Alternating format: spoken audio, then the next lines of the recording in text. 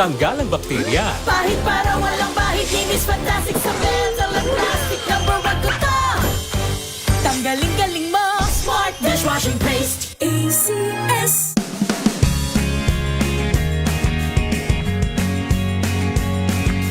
Now we are unboxing MX Sweet Coffee. Each box has 10 sachets of low-acid and sugar-free coffee. You can have it hot or cold. Bring it with you anytime, anywhere. Shop at Lazada, Shopee, and in leading drugstores nationwide.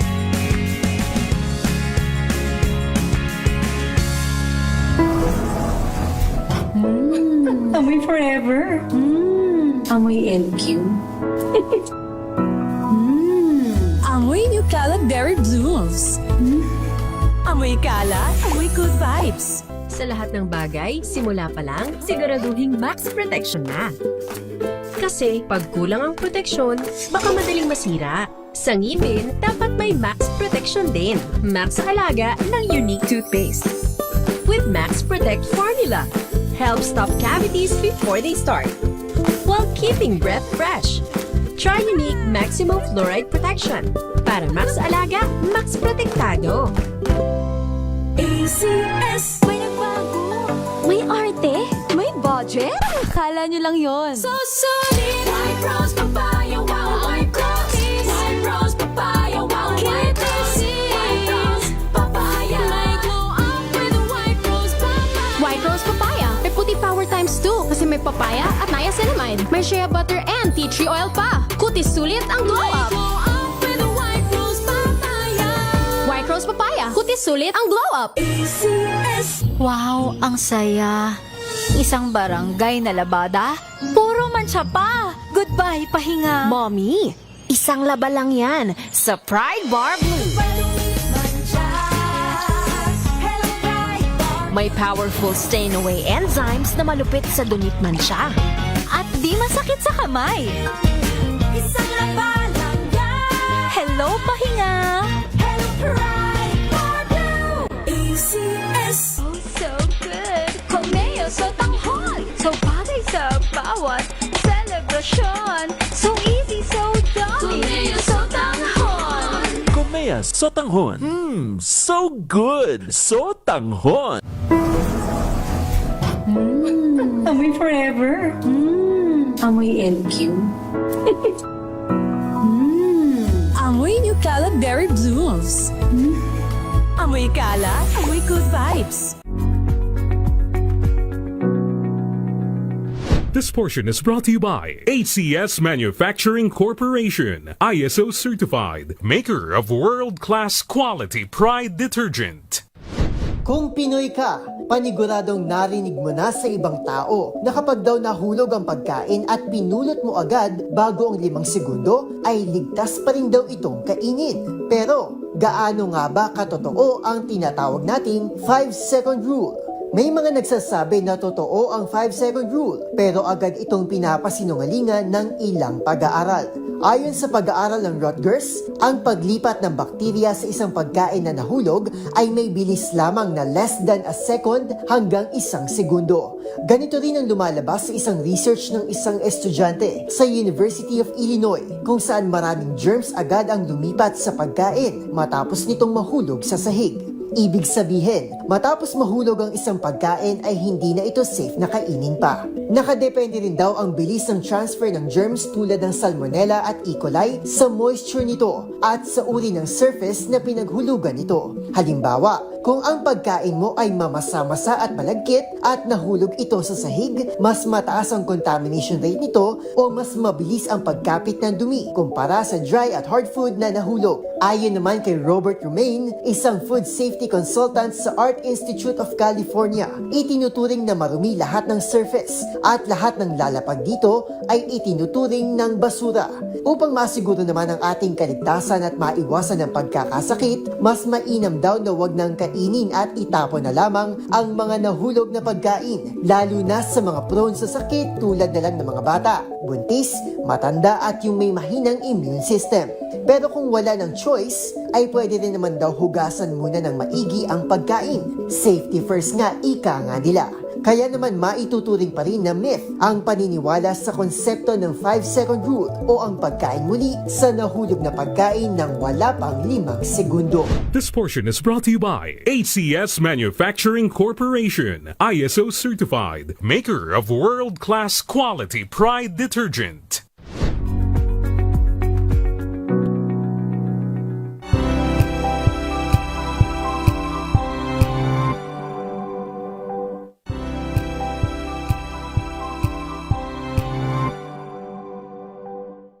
Maagang balitaan, maagang usapan sa mga issue at balita. Kasama si Kuya Angelo Palmones sa Magandang Umaga Pilipinas. Mula Lunes hanggang Biyernes.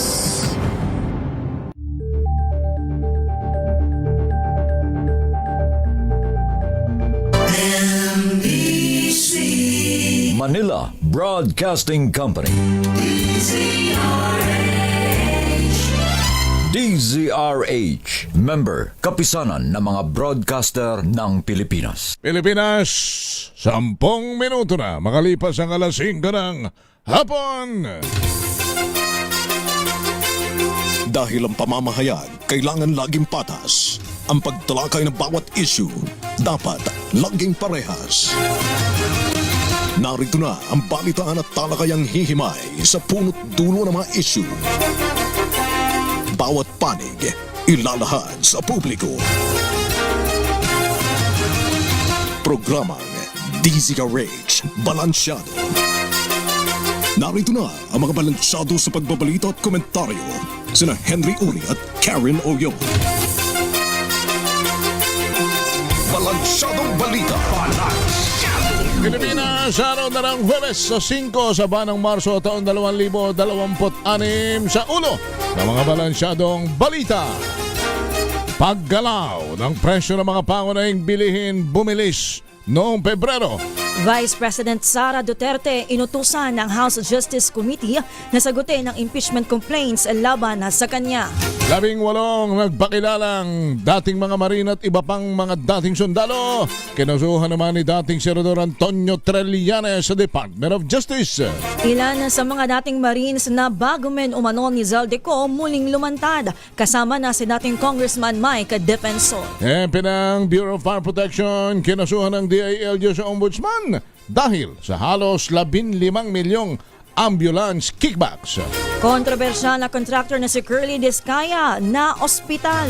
Land Transportation and Franchising Regulatory Board Chairman Mendoza inireklamo sa Ombudsman dahil sa computer fee sa rehistro ng mga sasakyan. Amihan season patapos na, panahon ng tag-init ang nagpaparamdam na ayon sa Pag-asa. At 2 patay, 4 ang sugatan sa pamamaril sa syudad ng Parañaque. Magandang hapon Pilipinas, kami po ang inyong tagapagbalita. Sa pangalan ni Miss O, Miss Karen Oyong, ako si Josa Cruzat. At Henry Uri. Sa detalye ng mga balita, bumilis ang pagtaas o inflation ng mga bilihin at serbisyo sa bansa nitong February 2025. Ayon sa Philippine Statistics Authority, naitala sa 2.4% itong Pebrero, mas mataas sa 2.0 inflation noong Enero. Nauna rin ang pinakamataas sa inflation rate na naitala naman sa nakalipas na 13 buwan. Paliwanag ng Philippine Statistics Authority. Pangunahing dahilan nito ang mas mabilis sa pagtaas ang presyo ng mga pagkain at non-alcoholic beverages. Bukod dito, nagtulak din sa mataas na inflation ang housing at ang mga utility tulad ng tubig at kuryente. Handa ang pamahalaang magpatupad ng mga estratehiya upang maibsan ang inflation sa harap ng pinangangambahang krisis sa petrolyo dahil sa giyera sa gitnang silangan. Sabi ni Department of Economy Planning and Development o DepDev Secretary Arsenio Balisacan, kabilang sa mga ikinakasa ng gobyerno ay ang suspensyon ng excise tax sa langis sakaling lumampas ang presyo sa $80 per barrel. Bukod dito ay hinimok ng kalihim ang pribadong sektor na gayahin ang pamahalaan sa inisyatibang pag-aralan ang flexible working arrangement at paggamit ng shuttle bus o carpooling. Nasa opsyon din umano ang tinawag na long-term solutions tulad ng pagbawas ng demanda para sa imported oil sa pamamagitan ng insentibo sa renewable energy at pag-promote ng active transport. Ginawa ni Balisacan ang pahayag kasabay ng paglalarawang manageable pa umano ang presyo ng mga bilihin sa kabila ng pagbilis ng inflation rate nitong Pebrero. 13 minuto na makalipas ang alas 5 ng hapon sa iba pang mga balita.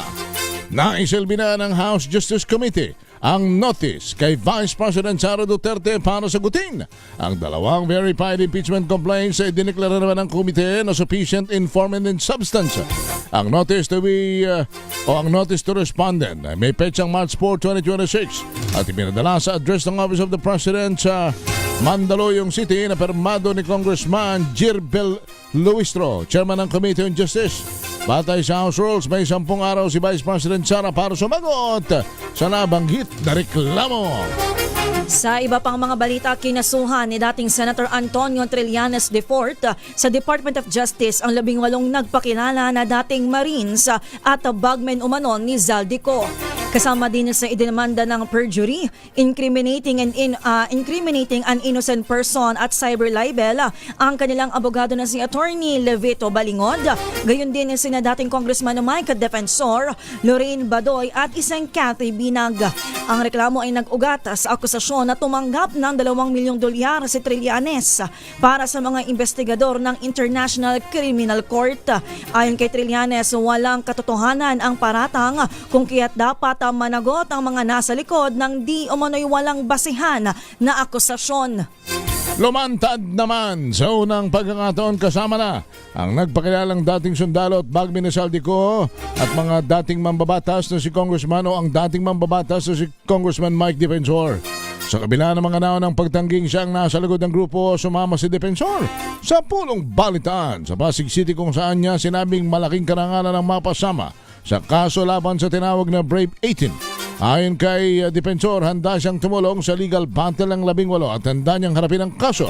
Pero nang tanungin ng mga dating sundalo, iginigit pa rin nila na wala silang nilapitan o walang nag-udyok sa kanila para isiwalat ang umano'y paghahatid ng pera sa ilang opisyal gaya ni Pangulong Bongbong Marcos. Narito ang kanilang mga tinig. Hindi kami lumapit kung kahit sino. Nasa level po kami ng gobyerno. Ang sinasabi lang po namin dito ay tungkol doon sa mga anomalya na nangyari sa flood control. Po nila kaming sirain na ganito ganon. Kailangan namin talagang kailangan yung seguridad talaga ng aming pamilya po.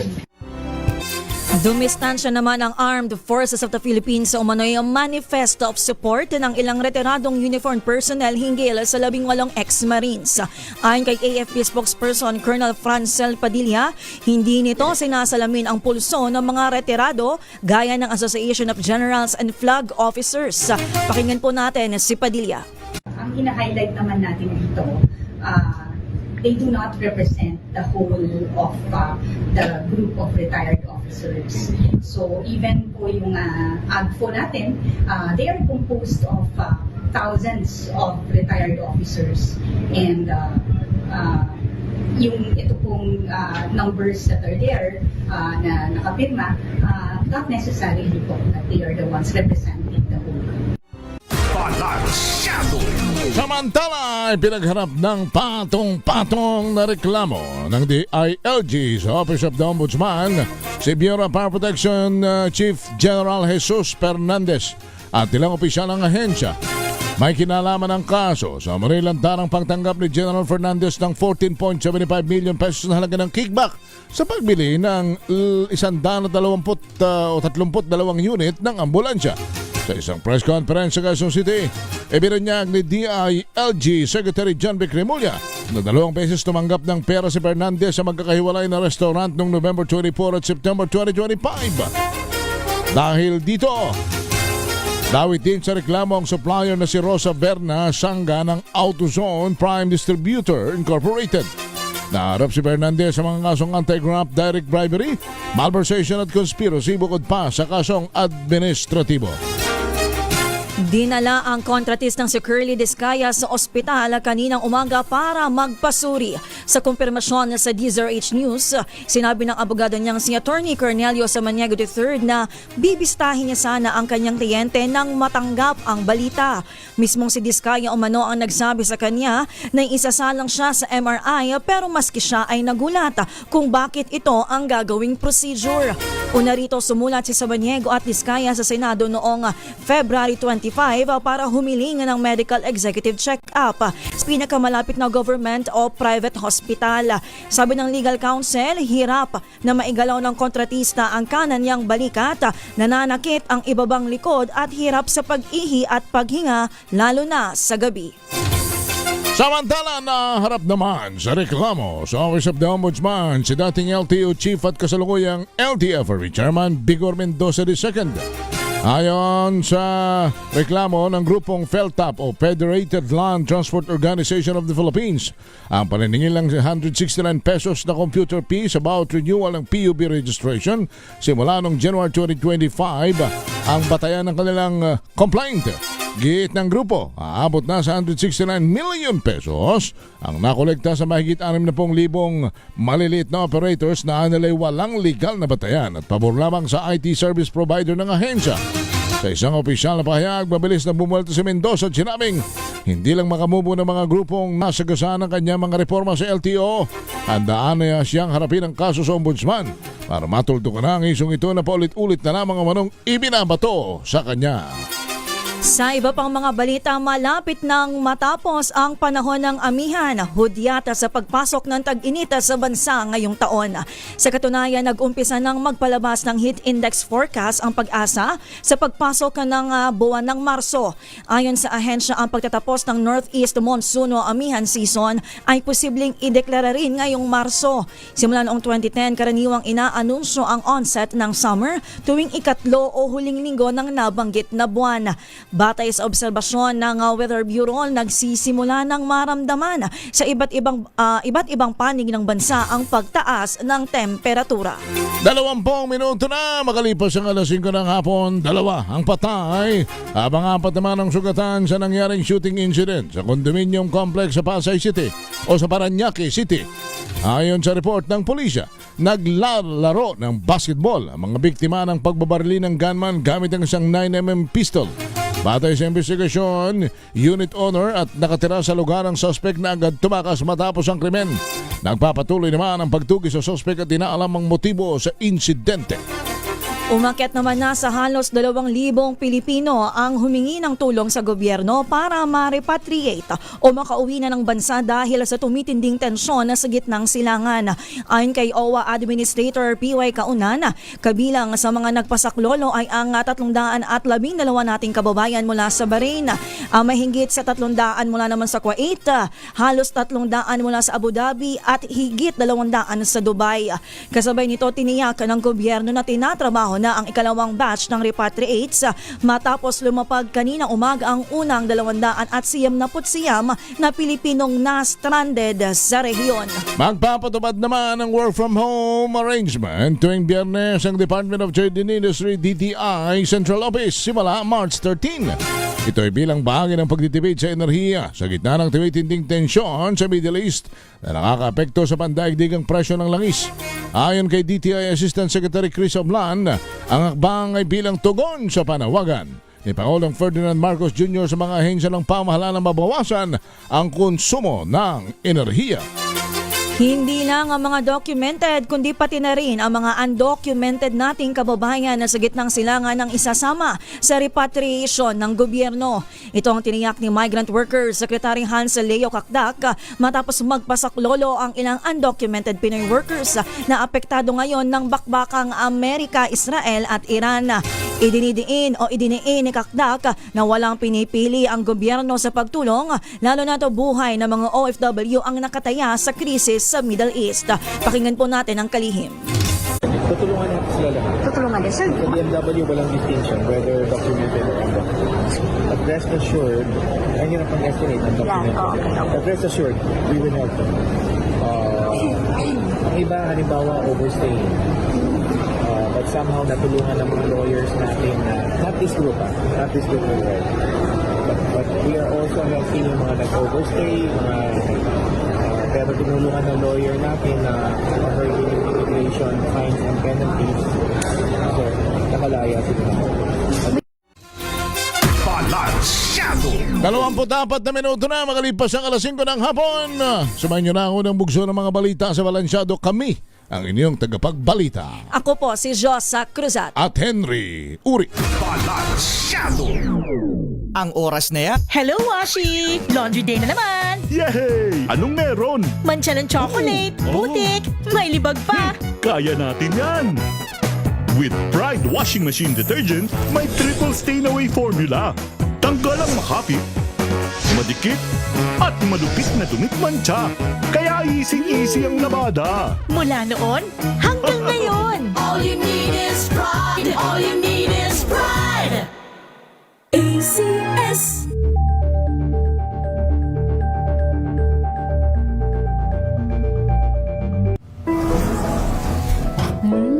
Amoy forever. Amoy LQ. Amoy New Cala Berry Blooms. Amoy kala, amoy good vibes.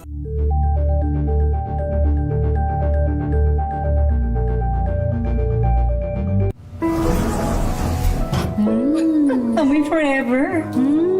Amoy LQ. Amoy New Cala Berry Blooms. Amoy kala, amoy good vibes.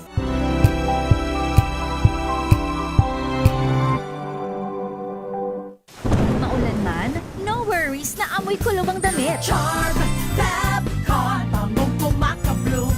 Tanggal amoy kulob sa bango ng Charm. Kaya gamit ko, Charm Fab Con with Bloom Fresh technology. Kills 99.9% of kulob-causing bacteria. May aroma burst pa of thousands of flowers and berries. Ang sampay sa loob, no amoy kulob. Bangong kumakabloom sa Charm. Charm Fab Con. ACS.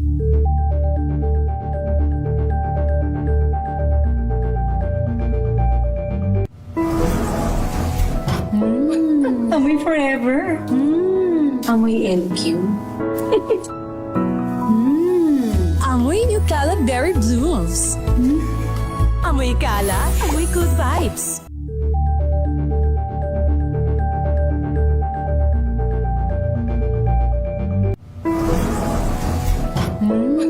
Amoy forever. Amoy LQ. Amoy New Cala Berry Blooms. Amoy kala, amoy good vibes.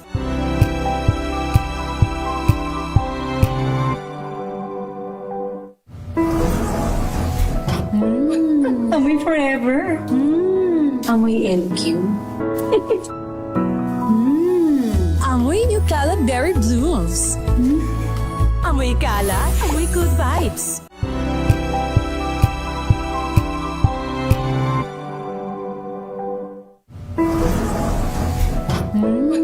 Amoy forever. Amoy LQ. Amoy New Cala Berry Blooms. Amoy kala, amoy good vibes.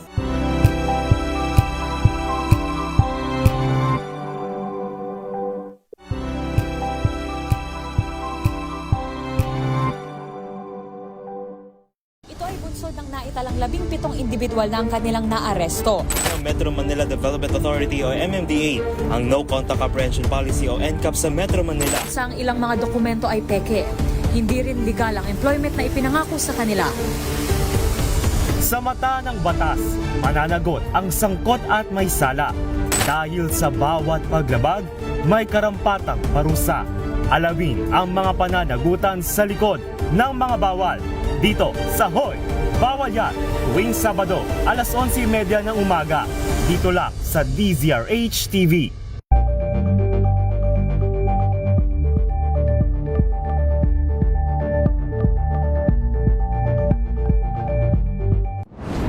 Kung good vibes ang hanap mo, dito ka na sa sigurado! Mula sa mga istoryang nagbibigay ng inspirasyon hanggang sa mga kwentong may dalang solusyon. Mga balitang pampagaan, pakiramdam at pampaganda ng araw. Hindi lang ba sa good news, kundi the better news. Mula Lunes hanggang Biyernes, 1:00 ng tanghali sa DZRH TV.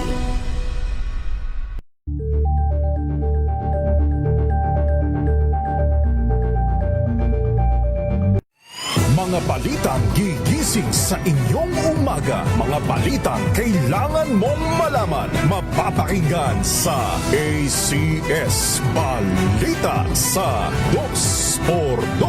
Kasama sina Anthony Taberna at Jerry Baha. Lunes hanggang Biyernes.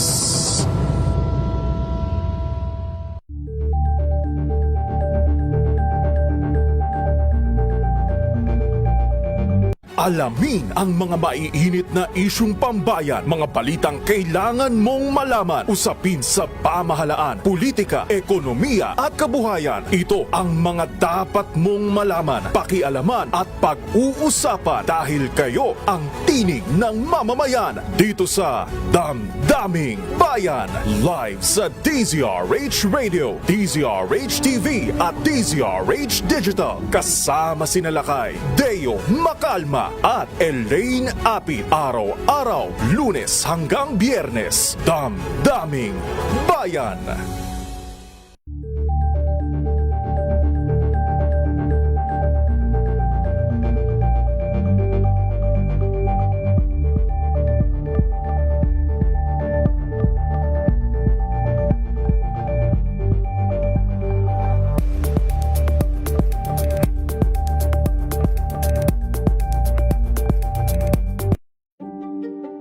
Buklatin ang mga pahina. Pakinggan ang boses ng lipunan. Tunghayan ang mga issue mula sa ibang katayuan. Nakakalungkot kasi deserve ba namin ng ganito? Na hindi nila alam kung ano talaga yung kanilang mga karapatan. Yung gobyerno, tinulungan nila yung kanilang magsasaka. Pinapatahimik tayong lahat using various laws. Through education, kayang-kaya nating baguhin yung ganitong klaseng pag-iisip. Isang kwento, iba't ibang anggulo. Dito, sa Point of View.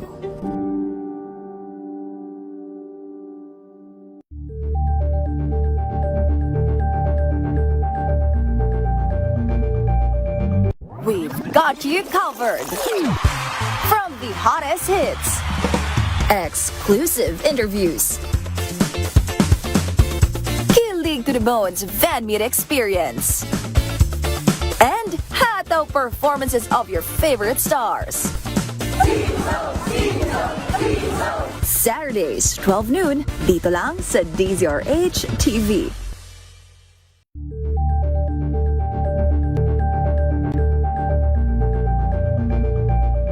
Tambalang Anthony Taberna at Jerry Baha ang gigising sa inyong umaga dahil lalatay ang humahagupit na diskusyon at komentaryo Lunes hanggang Biyernes sa 2x2.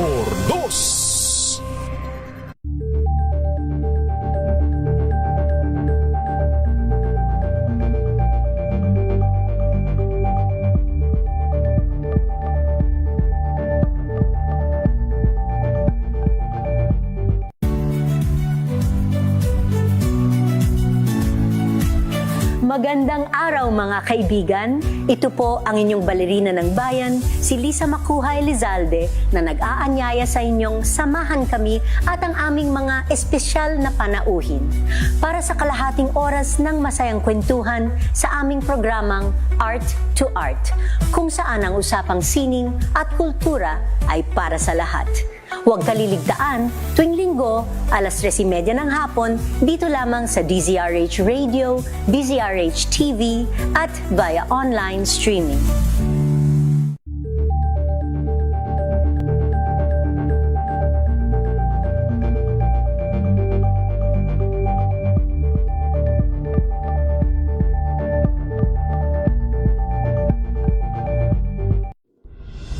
Tuloy-tuloy ang pagtulong, tuloy-tuloy ang pagseserbisyo at tuloy-tuloy ang balitaan kasama si May Binauhan sa Operation Tulong mula Lunes hanggang Biyernes.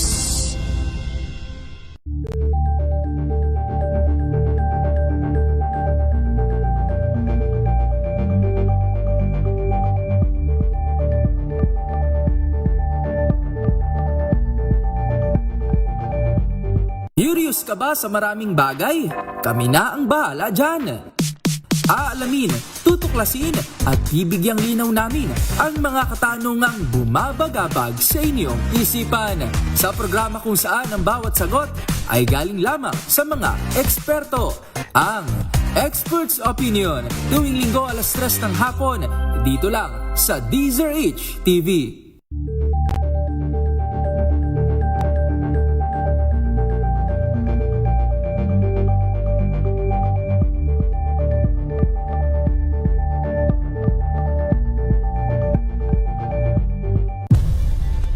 Nagsimula sa pangarap hanggang sa maabot ang tagumpay.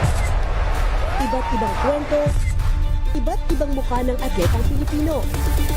Mas pinatindi, mas pinalakas, at mas pinaaksyon sa Match Point tuwing Sabado, 12:30 ng tanghali sa DZRH TV.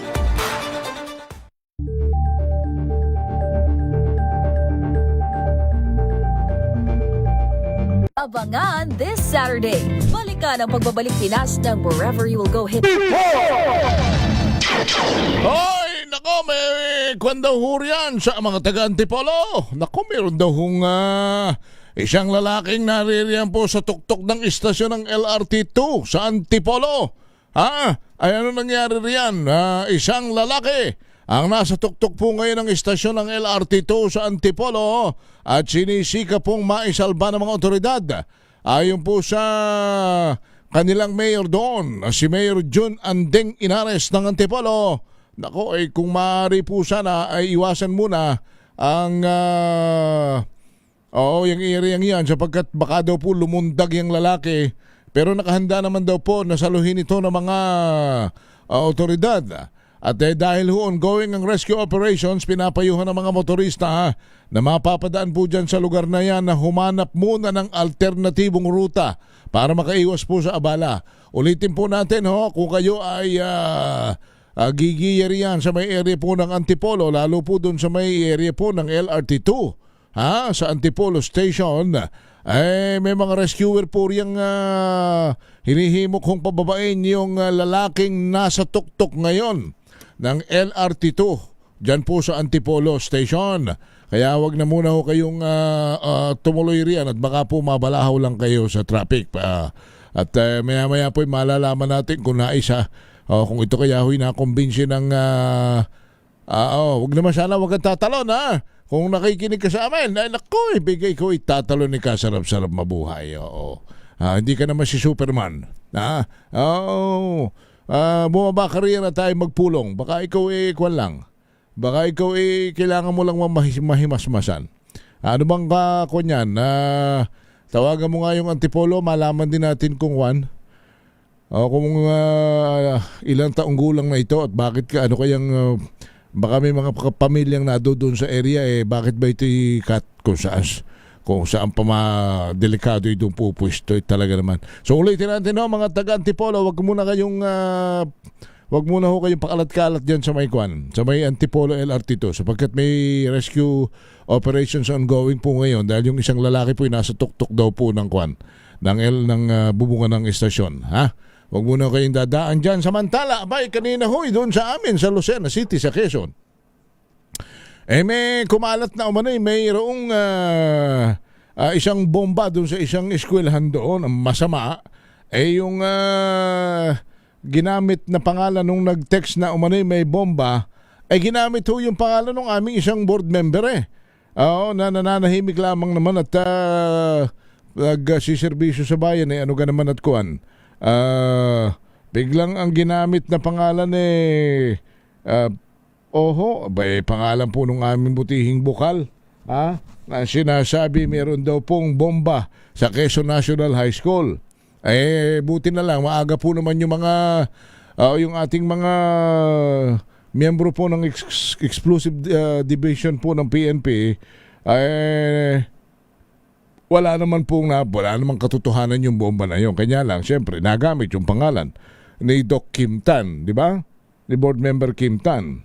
Mga taga Lucena, sino ba yan? Sino ba yung mga walang magawa sa sariling ganyang liligalig ng tao at gumagamit pa ng pangalan. Isipin ninyo may sinasabing may bombang nakatago sa isang sports complex. Tapos doon daw ho sa may Quezon National High School ay tinamaan ang lintik na yun samantalang pagkatatahimik at katitiwasay ng ating mga kababayan dyan sa Lucena City, namumuhay po ng maayos at walang pangamba. Alam mo niya yung Lucena, maski po yan syudad na mapipil mo pa rin po yan ang ang lawis-wis po ng hanging probinsya. Masarap po riyan, matahimik riyan, medyo matraffic nga lang ng konti pero inaayos niyang maganda yung mga patakaran ngayon naman ng kasalukuyang mayor sa pag-aayos po ng kanilang traffic. So, tawagan mo nga si Doc Kim kung ano ba nangyari roon. At na-trace ba kung sino ito nagpapakalat na ito ng na may bomba o manorian. Okay, sige. Yan ho'y ating may paghuhuntahan. At yung sige, kung sasagutin niya si Atty. Baligo, di ba, pwede mo rin matawagan. Sinampa na sila ng kaso. Ayan na, si Doc Kim muna tayo. Nasa linya na natin si Dr. Kim Tan, ang amin pong butihing board member sa 2nd District. Sakop nito ang Lucena Pero yun na nga, kanina binabanggit ko, nagamit ho yung kanyang pangalan sa isang bomb scare. Doc Kim, board member Kim, magandang hapon po sa inyo. Si Henry Uri po sa DZRH. Hi sir, good afternoon po sa inyong lahat at sa lahat po nanonood. Opo, Doc Kim, ano ba nangyari? Bakit nagamit ang inyong pangalan? Nalaman na ba ninyo kung sinong gumagamit ng inyong pangalan? Pakikwento nyo nga, ano ba nangyari rito? Oo nga po, sir. Actually, nabalitaan ko po yan sa mga teachers din ng atin pong Quezon National High School. Kanina, may nagkakalat po ng text. We informed po kaninang umaga agad ang atin pong PNP. So, mabilis naman po mobilization. So, may bomb threat po kaninang early morning sa atin pong Quezon National High School. And as well as, so, nagpanic din po. Siyempre, with everything that's happening, naging agile naman po at mabilis po responde ng teachers natin saka ang mga students. So for their safety, nag-cancel po ng classes and agad naman po nag-sweep ang atin pong mga kapulisan doon to make sure na everything is safe. At the same time po ay na-refer na rin po ito sa cybercrime natin para maaral po kasi parang 7 accounts po ata yung ginawa under my name. So inaaral lang po nila na maigi at alamin kung saan po nanggaling yun, no? Pero regardless naman po, at least everyone is safe naman po at saka cleared naman po ang ating mga schools. So, naging masuri naman po tayo dun sa parting yun. Di syempre kung pangalan ninyo ang lalabas, kagyat naman niniwala ang mga tao, di ba? Kung lalo pagka ganyang kung hindi agad makaklaro po yan, hindi naman kayo yan. Tama po. Buti po kasi karamihan po ng teachers doon ay naging teacher ko rin po before. So madami rin pong nakakilala sa akin, madami rin pong friend ako sa Facebook. At alam naman na hindi manggagaling sa akin yung news na yun. Pero kasi school po ang usapan, saka malaking school po yun, Sir Henry So it would take some time din naman talaga para maklear po ng ating kapulisan kung talagang okay lahat. Pero good enough naman po. So, sunod-sunod po kasi yung ganyang mga messages. Pero first time po na school ang target.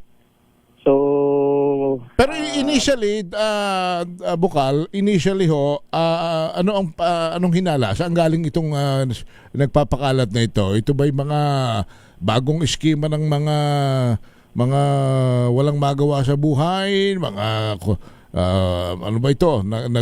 Nanggugulo lang talaga? Paano ba? Hindi rin po natin masabi. Madami pong, Sir Henry, madaming theories kasi exam week din po ng mga students natin. Pero kasi nga, I doubt naman po talaga na uso pa yung ganun. So, before kasi sa mga government offices po ginawa yan. Pero ngayon lang kasi na school. So, siguro meron po talagang ganyan po ang trip gawin with regards kahit ano pong reason nila for whatever reason they have. Ay hindi naman po valid yun kasi syempre kawawa po ang ating mga bata. ang mga magulang po natin. Karamihan po na estudyante doon galing sa iba't ibang bayan pa po. Hindi po mga lusinahin karamihan po doon. Kanya nga po, Nakakaawa po eh. At saka sabi ko nga, po nila. kako nga kanina, katahi-tahimik na lugar, katahi-tahimik na eskwelahan, nililigalig nito mga damuhong ito. Ay, Oo. at least safe po lahat. Buti, at least Oo. klaro po natin na safe naman po.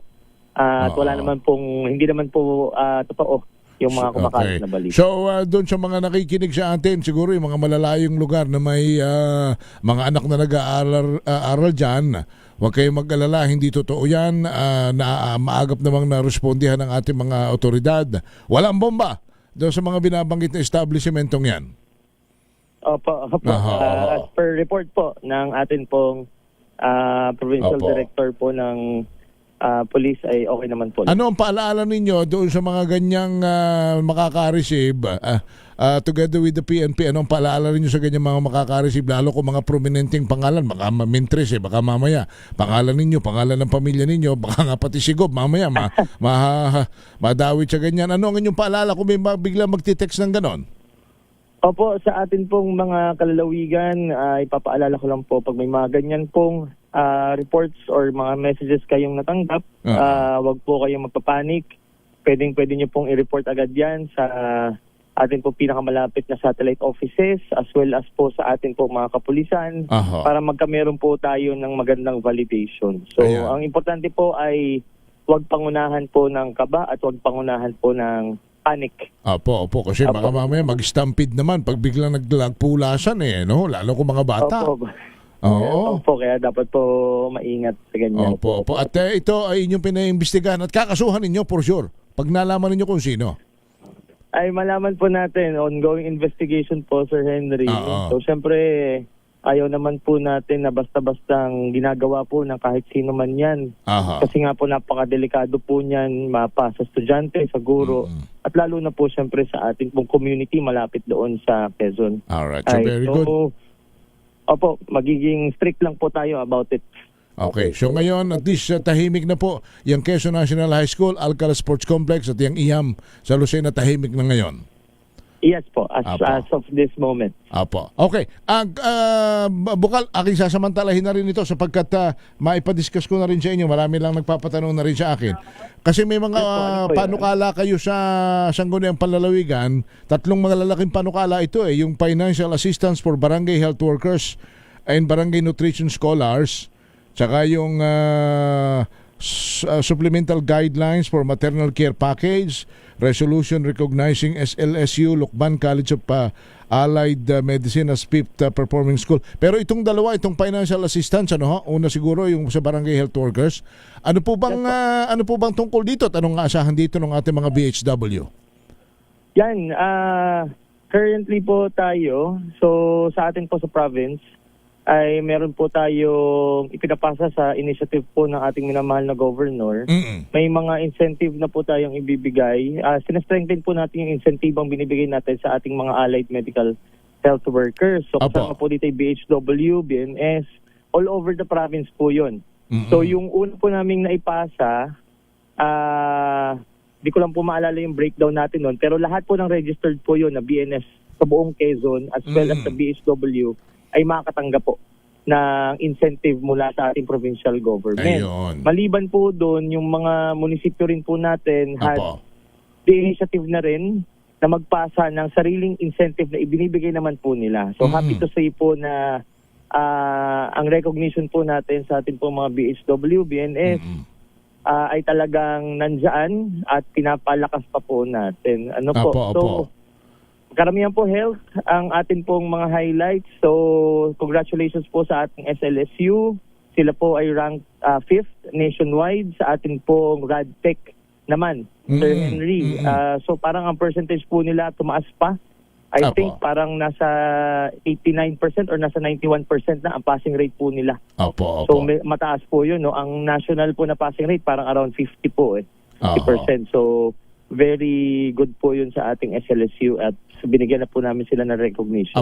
Doc, to manage na lang the expectation ng mga nakikinig sa atin ng mga BHW saka ng mga BNS, yung incentive, dalawang panggagalingan galing sa munisipyo kung may nagbibigay ng mga mayors and LGU sa baba, Tapos sa inyo rin, sa provincial level. Yes po. Apo. Meron po kaming ipinapasa ngayon na sa initiative po ni Gov na mabigyan po sila galing po sa ating provincial government. Kumbaga, Iwalay po yun sa munisipyo na matatanggap po nila. kumbaga i-institutionalize niyang through ordinance ng Sangguniang Panlalawigan. Yes po. Opo. Yung as to the amount, siguro at ano ba 'yan? Inaayos pa habang pinag-uusapan sa Sangguniang Panlalawigan. Yes po, magbigay po ako ng update. Siguro po sa amin pong Facebook page. Mag-update na rin po ako sa inyo, Sir Henry. Yes po. Opo. Yung figures ay ibibigay ko po sa inyo kasi kinuha po namin yung total number ng buong Quezon para yung total allocated budget ay maibigay din po namin. So mabilis naman po yun. So far sa lahat po ng pag-uusap namin with all the board members ay agree to strengthen the support sa atin pong BNS-BHW. Tsaka pagkat napakahirap talaga po ng gampanin ho ng mga ng mga BHW, lalo na ngayon tag-init. Opo. Napakahirap po kasi frontliners po sila. Kaya nga po, sa barangay level. So lahat po, pati bata, matatanda, lahat ng may nararamdaman sa barangay, sila po talagang unang habol. At so, dapat lang po talaga. Marami sa kanila yung mga volunteers, kaya talagang tama na mabigyan naman sila ng mga insentibo. Ay, totoo po yun. So talagang out of passion lang po itong trabaho nila. At salamat naman at nakita ninyo ni Gov, napansin ninyo yung kanilang alay na sakripisyo sa ating mga kababayan at i-incentivize na hindi lamang po ng bayan kundi ng lalawigan din naman. Yes po. Opo. Yung sa maternal care, Doc Kim, ano po ito? Mga ano lang po yan, Sir Henry. So ngayon po kasi, ang PhilHealth po natin kasi may mga maternal at saka neonatal care packages. Apo. Na nag-adjust na po ng rates ang ating pong PhilHealth. So yung claimings po ng ating pong mga RHUs, kailangan po nilang i-adjust yan para tama po yung matatanggap nila na rates pagdating sa packages po na ito. So reminder po sa atin pong mga kababayan, ang PhilHealth po ay madaming programang nakukover, madaming sakit. Siyempre yung mga maternal sa mga bata at saka sa ating pong mga nanay at bagong ina ay meron po silang support na ibinibigay. So mainam po na magtanong sila kasi may mga help desk naman po kami. May mga PhilHealth din po na desk sa mga bawat RHUs at sa munisipyo. Pwede po nilang tanungin kung ano yung mga benepisyong pwede nilang matanggap. Itong inyong ginagawang ito together with our governor, ito yung talagang kasi una ang kalusugan sa inyo talaga Doc Kim. Opo. Tama po yun. Hindi nyo matatanggap na, tama ba yun? Parang hindi nyo matatanggap na yung ating mga kababayan napapabayaan ng kalusugan dyan sa Quezon? Yes, Sir Henry. Kasi ano po yan, in line po sa batas natin ng Universal Healthcare. Ang primary author din po natin ay si Gov. Napanahon niya yung congressman.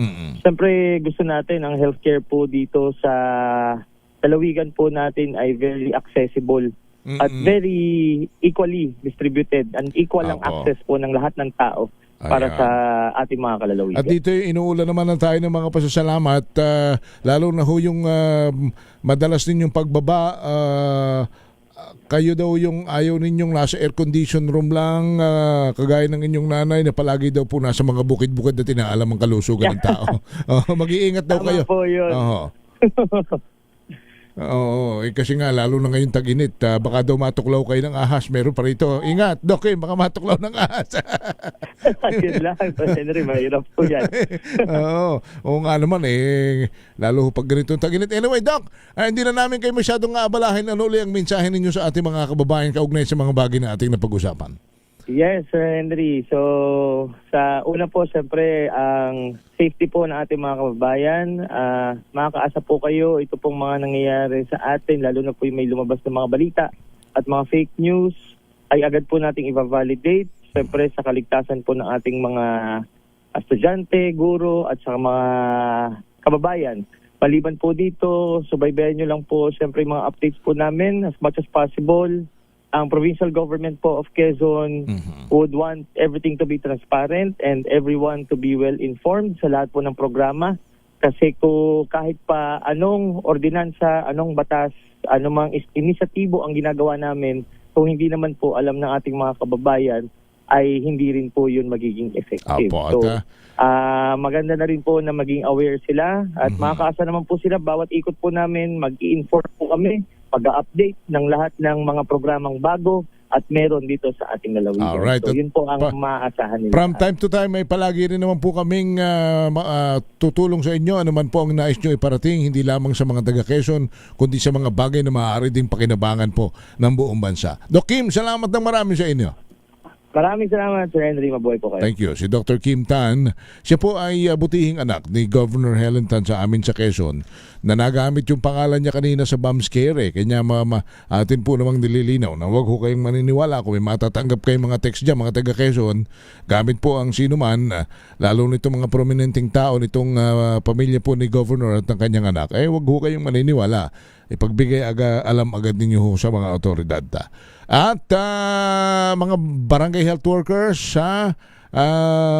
kayo ay mag-antay-antay lamang sapagkat pinag-uusapan na sa Sangguniang Panlalawigan kung ano yung mga additional na incentives para sa inyo na matatanggap po ninyo mula sa Kapitolyo. Mag-antay-antay lamang po kayo. Yan po ay dahil sa inisyatibo ni Vocal Kim at saka po ni Governor Helen. Ito yung incentive na inaantay natin, Kuya Noche Kakas, galing sa MX3. May winner na daw tayo sa Malakas. Malakas na makinig maigi dahil mamimigay na muli kami ng MX3. Itodo ang pakikinig sa Deezer H Radio, Deezer H TV at Deezer H Online dahil kapag malakasan kang nakikinig sa Deezer H, malakas rin ang chance na manalo ng 1,000 pesos at MX3. Sa Malakas promo kasama ang MX3. Abangan ang aming Malakas team sa inyong mga lugar. Malakas promo kasama ang MX3. Dito ako believe. Alrighty, and we have a winner from Tondo, Manila. Noche Kakas, are you in Tondo? Yes, I'm here. Saan ba sa Tondo yan? Saan ka sa Tondo? Dito sa may Saragossa Street, malapit dito sa may pier. Yan, habang tayo ay papasok ng pier, ano? Hindi na tayo nahirapan dahil lumapit na mismo yung ating suking tagapakinig, tagapanood ng DCRH. Hindi natin patatagalin dahil tayo pupuntahan pa. Ito, isang medic. Ito, kumusta? At live tayo sa DCRH. Matagal ka na bang, ano pangalan nila? Miguel Sibinos, sir. Patanggal mo yung face mask. Patanggal mo muna yung mask. Lolo ko, dyan na nagsabaho nung araw. Medyo mga drama talent. Nung araw pa ho yun, sir. Drama talent, ha? Oo. Okay, tapos saan napunta mo ngayon? Ano, sir? Kasi mayroon kaming emergency response. Baka may tawag sa amin doon na dapat namin respondihan. Okay, sige. Anong trabaho ni Kuya? Anong trabaho? Anong trabaho ni Kuya? Sir, medic po. Medics. Oo, medic. Ito, Medic. Oo, ito ay walang shield. Wala pong shield, sir. Talagang tulong po talaga sa mga nangangailangan. Very good. Nako, ito, parang aksidente. Opo. Kariman po, hindi yung mga trucking company saka motorcycle. Initially, nasa nag-employ. So, volunteer sila? Volunteer lang. Oo, napakabayani ng inyong ginagampanan ng trabahong yan. Kahit walang sweldo, pagpatuloy po ninyo yan. Pero, bibigyan namin kayo ngayon ng cash. Bibigyan ni Kuya Henry ng DCRH 1,000 pesos. Yes. Hindi na namin patagalin. Yung ating dancer, pasok. Extra package, Henry. Ayan. Ang galing na sumayaw ni Luning, Ning. Ulit. Pasok, Luningning. Iyon, no? Kita mo, di ba? Walang bayad yan. Ito.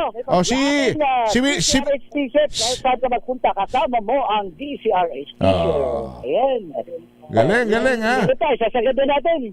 Meron pang sa tuwing tag-ulan, tag-init, kasama mo. Ayan. Ang DCRH. Okay, kasi sinabi mo sa DCRH, At maraming salamat. Una sa DZRH po, no? Kasi ito talaga yung kauna ng stage sa Pilipinas na lagi namin pinakikinggan. Ano si Radio Henry sa Balinciado? Ay, salamat. Ang pakikinig Henry, minana ka sa lolo't lola. Aba. Ganun katagal ang DZRH. Okay, maraming salamat. Very good, Kuya nga. Mabuhay ka. Gusto pang manalo ng 1,000 pesos panatiling nakatutok sa DZRH. Noche! Dahil ang susunod na maswerte. Yung bang dancer mo si M, yung bang dancer mo si M at si X? Si M at saka si X. Ayo, kaya pala naman. Power. Si MX, si M at Bahay na kayo, hi. Hi po, shout out po sa mga si M at si X, sige. Si M at saka si X to the third power. Ayan, MX3. Okay, para na sa gusto nga manalo ng DZRH sa 1,000 pesos, sa manatiling nakatutok sa DZRH sa 1,000 pesos, dahil ang aming DZRH Wakas promo kasama ang MX3 dito sa MX3 dito tayo believe. Ayan. Ako naman sa RH 27 at sila para sa DZRH, una sa Pilipinas, una sa Pilipino. Thank you! Noche Kakas kasama ang mga dancer na si M at si X sa ating malakas promo hatid ng MX3. Balansyado! We'll be right back, 5:59 ng gabi. This time check is brought to you by ACS Manufacturing. Ang galing-galing mo, Smart dishwashing paste ko, pritong ulam na masebo, plato o kaldero, tanggaling for everyday. Ganyan, pag smart ang dishwashing paste, may double tanggaling formula. Tanggal ang sebo, tanggal ang bakterya. Bahid para walang bahid, linis fantastic sa metal at plastic, number one ko to. Tanggaling-galing mo, Smart dishwashing paste, ACS. Sinisiguro kong tama ang aking choices. Tamang pagkain, lifestyle, at ang partner ko, MX3 Capsule. Gawa ito sa ISO at GMP certified na planta. Tested and proven na may alpha, beta at gamma mangosteen. Helps avoid knee joint pain discomfort. Iwas-iwas sa sakit. Kailangan lang na long-term ang pag-inom.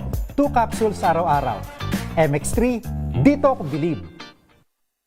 Mahalagang paalala, ang MX3 capsule ay hindi gamot at hindi dapat gamiting panggamot sa anumang uri ng sakit. Amoy forever. Amoy LQ. Amoy New Cala Berry Blooms. Amoy Cala, amoy good vibes. May nagbago! May arte! May budget! Akala nyo lang yon. So solid! White Rose Papaya, wow! White Rose! White Rose Papaya, wow! White Rose! White Rose Papaya! May glow up with a White Rose Papaya! White Rose Papaya. May puti power times 2 kasi may papaya at niacinamide. May shea butter and tea tree oil pa. Kutis sulit ang glow up. Glow up with a White Rose Papaya! White Rose Papaya. Kutis sulit ang glow up. ACS! Wow, ang saya. Isang barangay na labada, puro mancha pa. Goodbye, pahinga. Mommy, isang laba lang yan sa Pride Bar Blue. May powerful stain-away enzymes na malupit sa dumit mancha. At di masakit sa kamay. Isang laba lang yan. Hello, pahinga. Hello, Pride Bar Blue. ACS.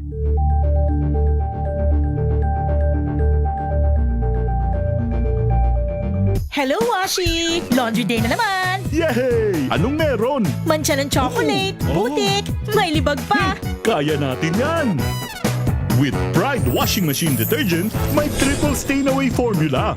Tanggal ang makapit, madikit, at madupit na dumit mancha.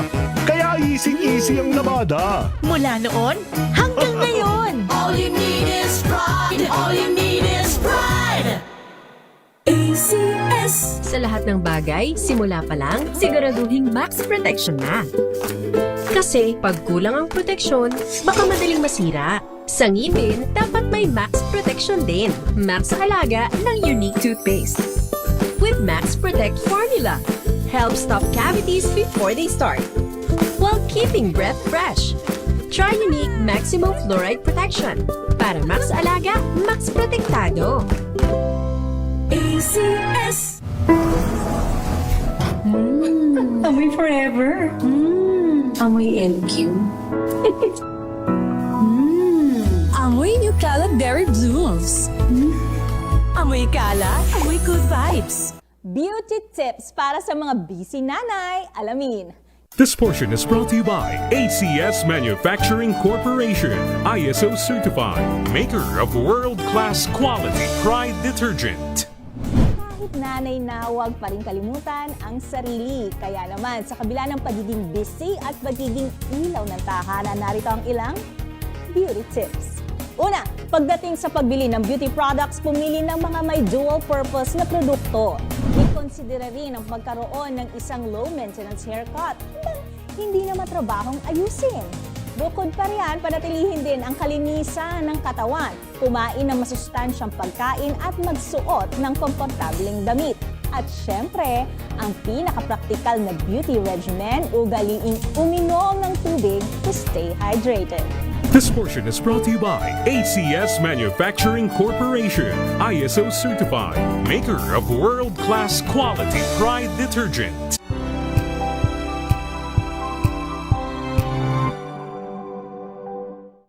Maagang balitaan, maagang usapan sa mga issue at balita. Kasama si Kuya Angelo Palmones sa Magandang Umaga Pilipinas. Mula Lunes hanggang Biyernes.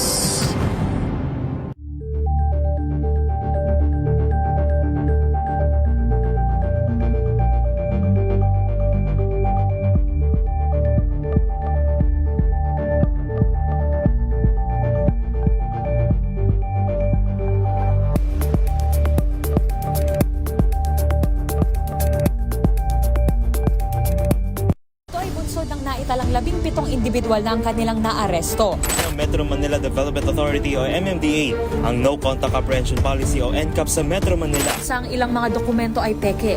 Hindi rin legal ang employment na ipinangako sa kanila. Sa mata ng batas, mananagot ang sangkot at may sala. Dahil sa bawat paglabag, may karampatang parusa. Alamin ang mga pananagutan sa likod ng mga bawal. Dito sa Hoy! Bawal Yan! Tuwing Sabado, alas 11:30 ng umaga. Dito lang sa DZRH TV.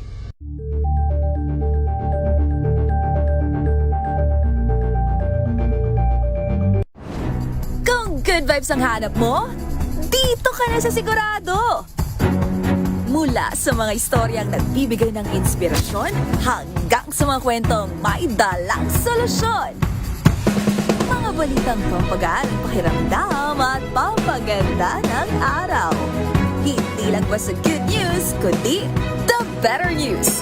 Mula Lunes hanggang Biyernes, 1:00 ng tanghali sa DZRH TV.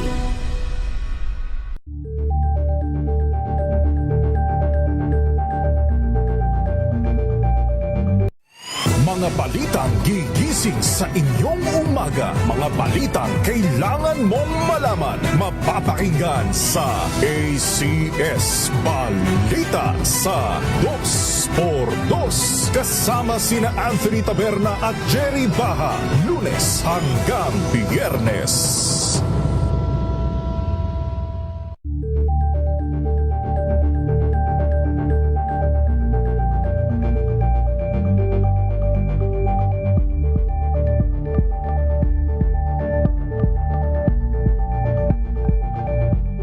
Alamin ang mga maiinit na isyung pambayan, mga balitang kailangan mong malaman, usapin sa pamahalaan, politika, ekonomiya at kabuhayan. Ito ang mga dapat mong malaman, pakialaman at pag-uusapan dahil kayo ang tinig ng mamamayan dito sa Damdaming Bayan. Live sa DZRH Radio, DZRH TV at DZRH Digital. Kasama sina Lakay, Deo Makalma at Elaine Apit. Araw-araw, Lunes hanggang Biyernes. Damdaming Bayan.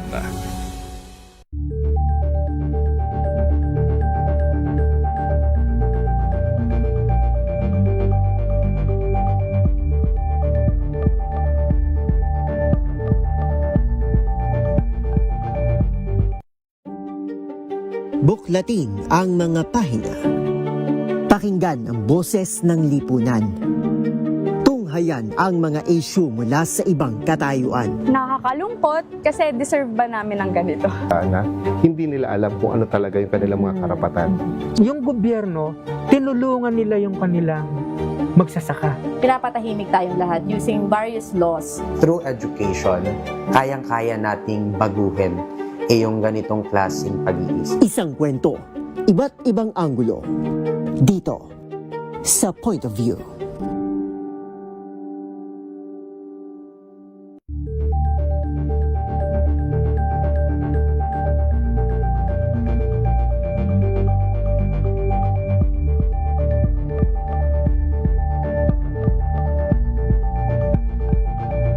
Actually kanina pa sapagkat ano ba ang totoo doon sa merong 150,000 ba maigi ho ito'y malinaw ninyo sapagkat aasa ho yung ating mga kababayan lalo ho yung mga OFW na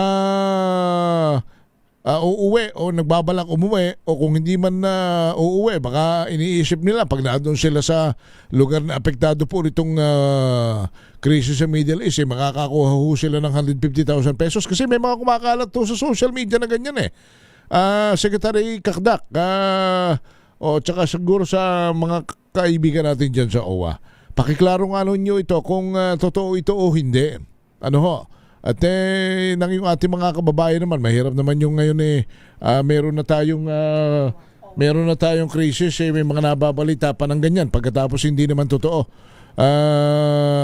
Ano ba ito? Ito ba ikwan? So ito na yung disclaimer na ito ng OWA. Josa. Okay, so ito na pala.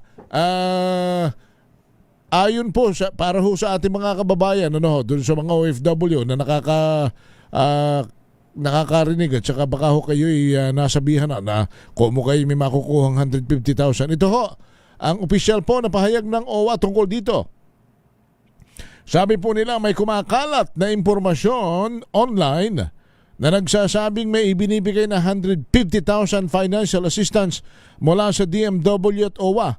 Ang balitang ito ay hindi totoo. Nakakalungkot makita na sa panahong nakatuon ang pamahalaan sa pagsiguro sa kaligtasan at kapakanan ng ating mga OFWs, may mga patuloy na nagpapakalat ng maling impormasyon. May ilan daw pang gumagamit ng mga AI videos at iba pang paraano pang magmukhang lehitimo mga ito. So pinapalalahanan po ang publiko na wala pong katotohanan na may 150,000 na financial assistance mula po sa DMW at OWA para sa mga OFW. Pero bagamat wala pong 150,000 na ayuda ang ipinamamahagi, ang pagiging miyembro ng OWA, kung kayo po'y lehitimong miyembro ng OWA, ay may tunay na benepisyo para sa mga OFW at dun sa kanilang mga pamilya. Alam niyo yung OWA, napakarami pong mga kuwan niyan na mga benefits niyan kung kayo ay miyembro at legal po kayong miyembro niyan. May mga financial assistance, livelihood assistance, di ba? Training assistance, pati nga yung inyong mga anak, kung may mga anak kayong OFWs, nagpapascholar po yung OWA kung di ako nagkakamali pero hindi naman siyempre kalakihan at hindi naman lahat pero may makukuha kayong educational assistance dyan po sa OWA so kung wala mang 150,000 pumunta raw kayo sa Facebook page o sa official website po ng OWA at DMW at tingnan ninyo at alamin ninyo kung ano mga benepisyo po ninyo. I-avail ninyo sapagkat malaki rin po ang registration at saka kung di ako nagkakamali kada uwi ng mga OFW di ba? May binabayaran din po kayo. So tingnan po ninyo ito. Tapos i-avail po ninyo yung inyong mga yung inyong mga benepisyo dyan sa OWA, mga OFWs, lalo na po yung mga kaibigan, mga kakilala nating naririyan ngayon sa Middle East. So walang katotohanan, baka kayo biglang mamaya mahirap nito, baka mayroong magpapanggap na konektado sila sa OWA, konektado sila sa DMW, sasabihin bibigyan mo ako ng 10,000, ako na mag-aasikaso ng 150,000 mo. At para hindi ka na maabala, ako na ang bahala. May contact ako sa Garine. May kaibigan ako sa OWA. Mayroon akong kakilala Nako, wag ho kayong palilin lang sa mga ganyan. Lalo na sinasabi po ng OWA ngayon na wala pong katotohanan na mayroon pong binamahagi na 150,000 ng gobyerno para po sa mga OFW. So, ang totoo lamang, maraming mga benefits naman kung kayo po ay regular at lehitimong miyembro po ng OWA. So punta lang kayo dun sa mga website. Punta lang kayo sa mga official Facebook page ng OWA at nang makita ninyo kung paano kayo matutulungan. Ano ho? At doon sa mga mananamantala, doon sa mga magpapanggap na konektado sila, pagkatapos sisingilan naman nila yung mga mamalag-malag na mga, di ba? Baka mga walang alam at mga bagong OFW pa, kawaawa naman. Yung mga ganyang klase po ng eskema, wag po naman ninyong papatulan.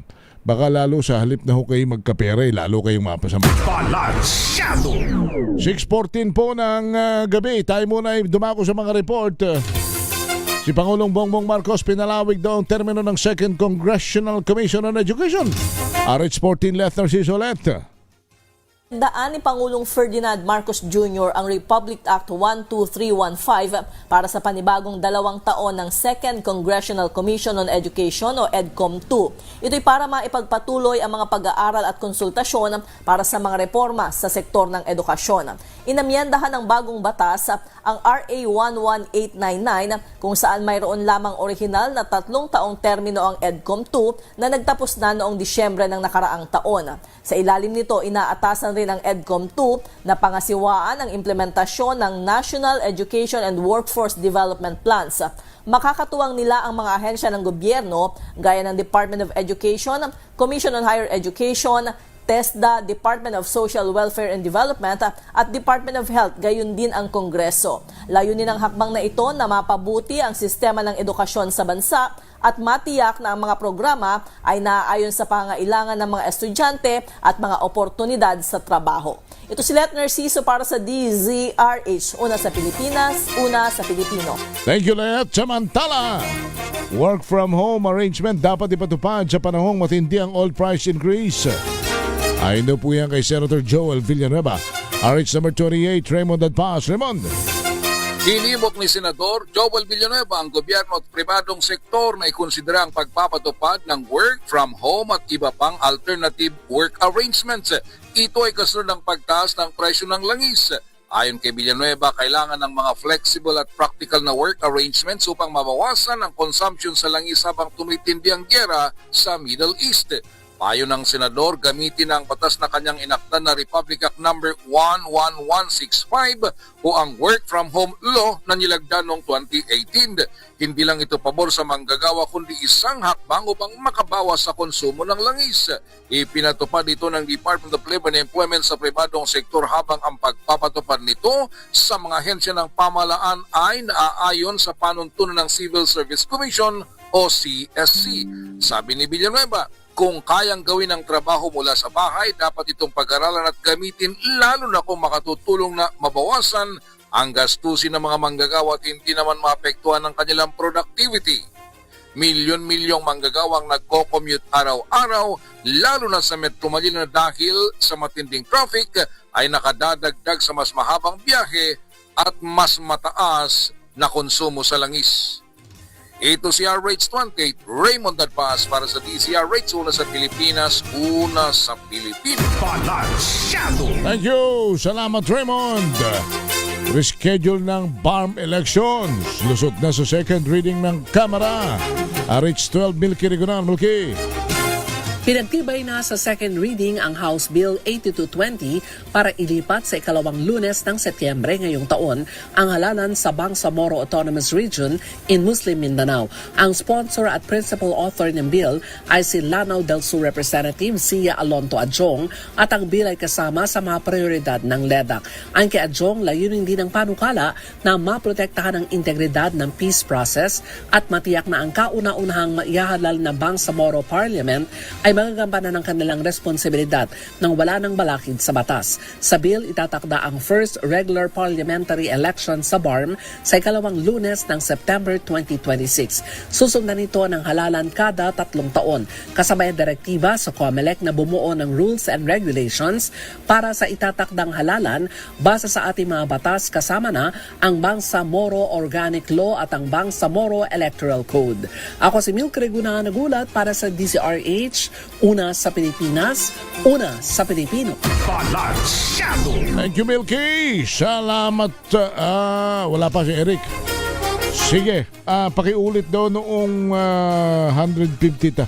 Wala nga pong 150,000. Ano?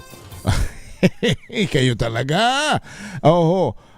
Baka mamali kayo ng dinig sa akin, ha. Sabi po ng OWA at DMW, wala pong ipinamimigay na 150,000 ang gobyerno para sa mga OFW. Wala. Nada. Ha? Wala po. Walang 150,000 pinag-uusapan. Peki daw po yan.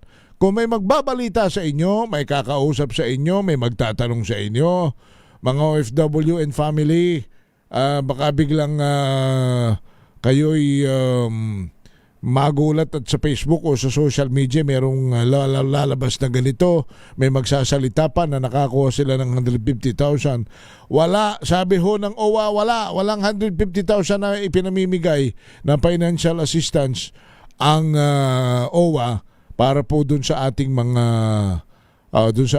manggagawa, lalo yung mga nasa Middle East, ha. Pero marami pong mga serbisyo at maraming mga benepisyo na maaari po ninyong ma-applyan at ma-avail dyan sa OWA.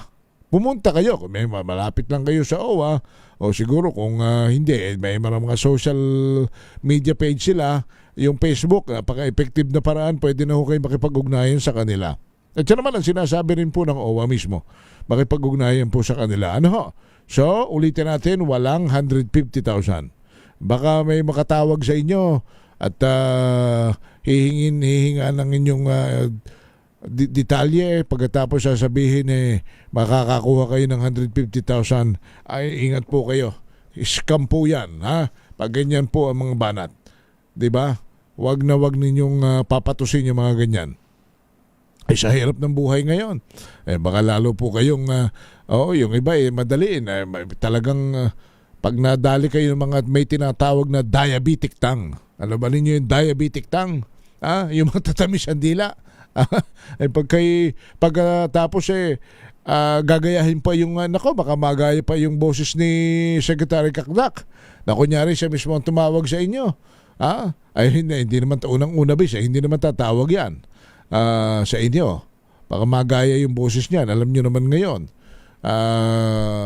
Pati kami minsan ito mga boses namin para maka-inganyo po ng mga mai-scam, yung mga scammer. Magagaling na talaga ho ngayon Siyempre, mayroon pang AI na nagagaya na ang lahat di ba? Okay, so wag ho kayo maniniwala. Wala po yung katotohanan yung 150,000 na yan.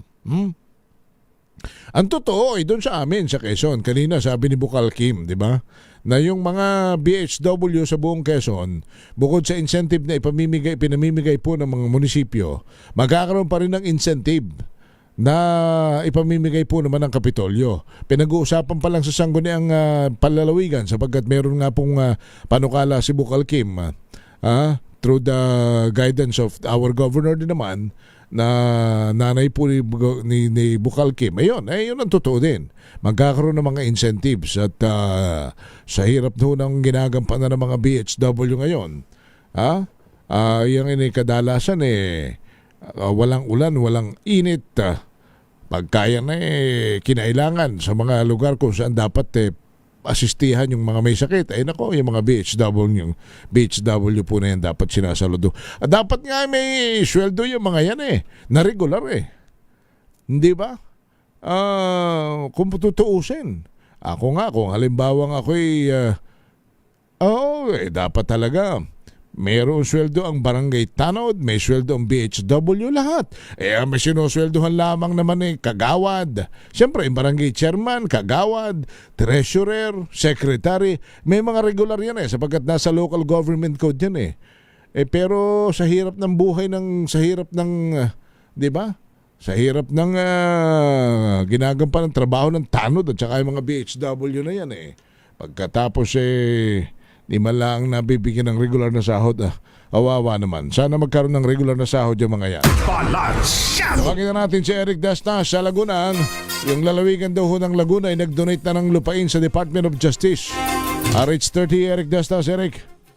Kuya Henry, matapos niyang permahan ng kasunduan sa pagitan ng pamahalaang panlalawigan ng Laguna sa pamumuno nito si Governor Sor Aragones sa pakikipagtulungan niya ng Department of Justice sa loteng pagtatayuan ditong Katarungan Center ng DOJ dito sa Santa Rosa, Laguna.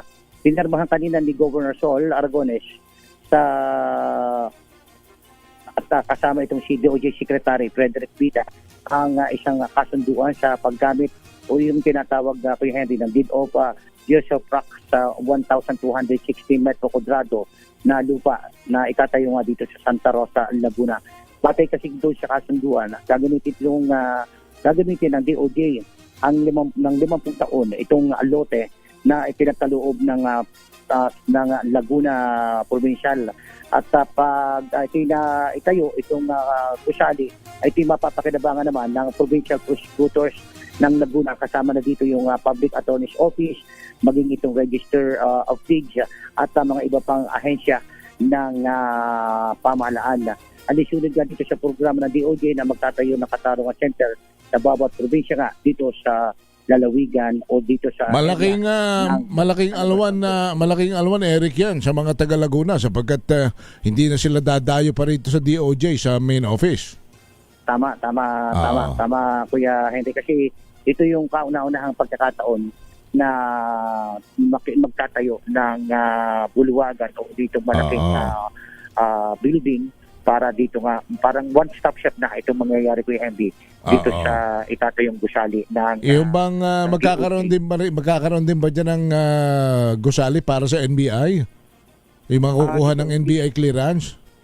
Pag-aaralan din ito, posibleng ganun ang mangyari kasi merong NBI, Kuya, sa dito sa may area ng Batangas kung saan yung doon yung provincial o yung regional office sa Lipa, Batangas. So mukhang ito pa lang yung binanggit natin sa report natin na yun yung mga priority muna na under pa dito ng Department of Justice, Kuya Henry. Alright, sige. So congratulations sa mga taga Laguna.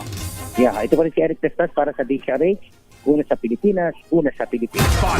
Thank you, si Eric Testas mula po sa Laguna.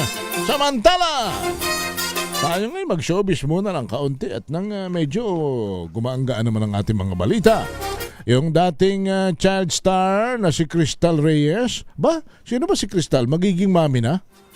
Ilang taon na ba? Josa? Ha? Balita wala kay Josa Cruza at Josa.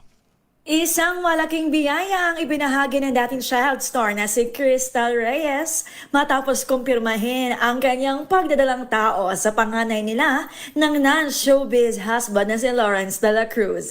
Sa kanyang Instagram post, masayang inanunsyo ng aktres ang balita, isang buwan bago ang kanilang unang wedding anniversary. Sa simpleng caption na "Our little family grew to 3", agad na umani na pagbati at suporta ang aktres mula sa kanyang mga kaibigan sa industriya at ang mga taga-suporta. Matatanda ang ikinasal si Crystal kay Lawrence sa isang church ceremony sa Caloocan noong 2025 at ngayong 2026 lalo pang titibay ang kanilang pagsasama sa pagdating ng kanilang first baby. Ito si Josa Cruzat nag-uulat para sa DZRH, una sa Pilipinas, una sa Pilipino. Thank you, Josa, and congratulations sa mga bago magiging mami at dati na si Crystal at ang kanyang butihing esposo. Congratulations ako. May blessings talaga yan. Ingatan ninyo si baby. Balansyado! Makinig maigi! Ito na ang chance mo na manalo ng instant 500 pesos kapag darinig mo na ang mahiwagang kring-kring Tignan mo na ang iyong cellphone, baka ikaw na ang susunod naming winner sa Kring Kring Panalo Malakas sa telepono. Paano sumali? Bisitahin ang Facebook page ng DZRH, fill up pa ng Google Sheet na nakapin sa DZRH FB page at hintayin ang aming tawag sa telepono. Kring Kring na! Kring-kring na! Kring-kring na tayo sa... Baka layo na rin. Sa Masbate. Sa Masbate. Nasa Masbate si JM. Ikaw ba na dyan sa Masbate ngayon? Sa Masbate City? Opo. Saan ka sa Masbate? Sa Aruroy. Aruroy? Ako, malayo-layo ito. Ang paano ba makarating dyan sa inyo? Of course, magbubus po. Hanggang? Kung Manila, hindi ko lang po alam kung ang biyahe, hindi pa ako nakakabiyahe. So magmamanila ka siguro dyan sa marami naman dyan, no? Tama ba? Hindi pa rin ako kasi alam mo isa sa gusto ko mapuntahan yung Masbate lalo kapag mayroong yung mga ano ba yun, yung labanan sa pagsakay sa baka, yung mga rodeo. Kaya napakaganda rin yan. Kaya lang po daanan ng bagyo. Pagka bagyo talagang may awa naman ng Diyos. Hindi naman kayo, kumusta kayo ngayon dyan? Maayos naman ang pamumuhay? Ay, sa ngayon okay naman. Anong trabaho mo, JM? Nangingisda. Nangingisda. Oo. Marami namang nahuhuli.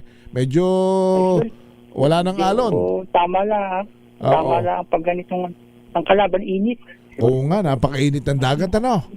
Oo, sige, dapat lagi mag-iingat at huwag papalaod kapag masama ang pakiramdam. Baka lalo magkasakit, JM. Kailangan talaga para pamilya. Ay, pero hindi, ito. Bibigyan ka muna namin ng mali-malitang pera. Ilang malita ba gusto mo? Ay, kahit isang malita lang po. Galing sa... Basta hindi galing sa nakaw, ano?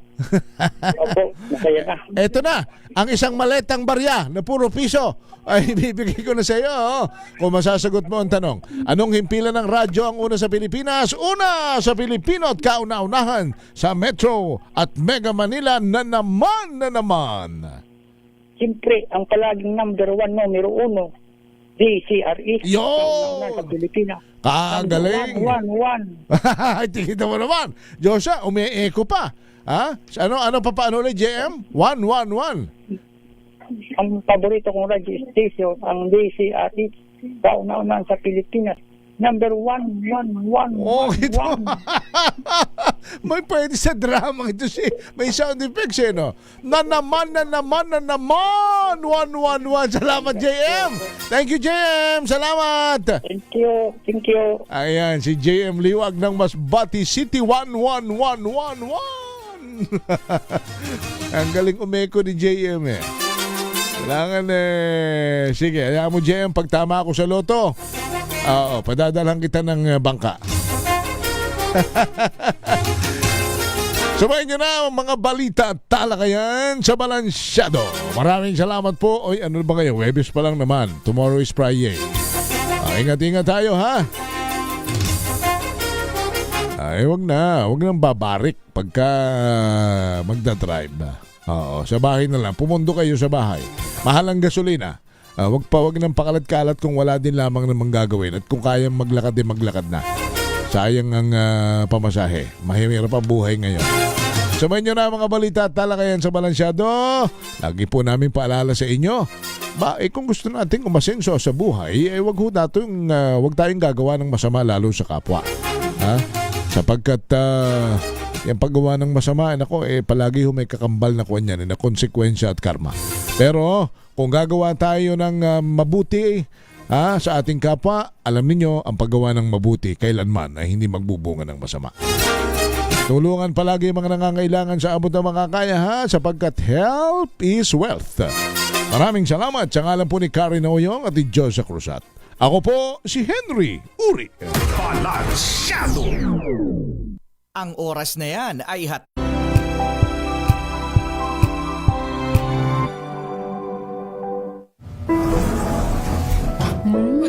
Amoy forever. Amoy LQ.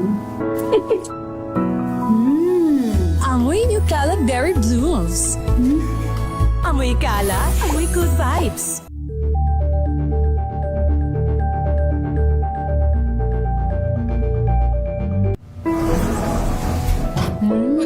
Amoy forever. Amoy LQ. Amoy New Kalat Berry Blooms. Amoy kalat, amoy good vibes.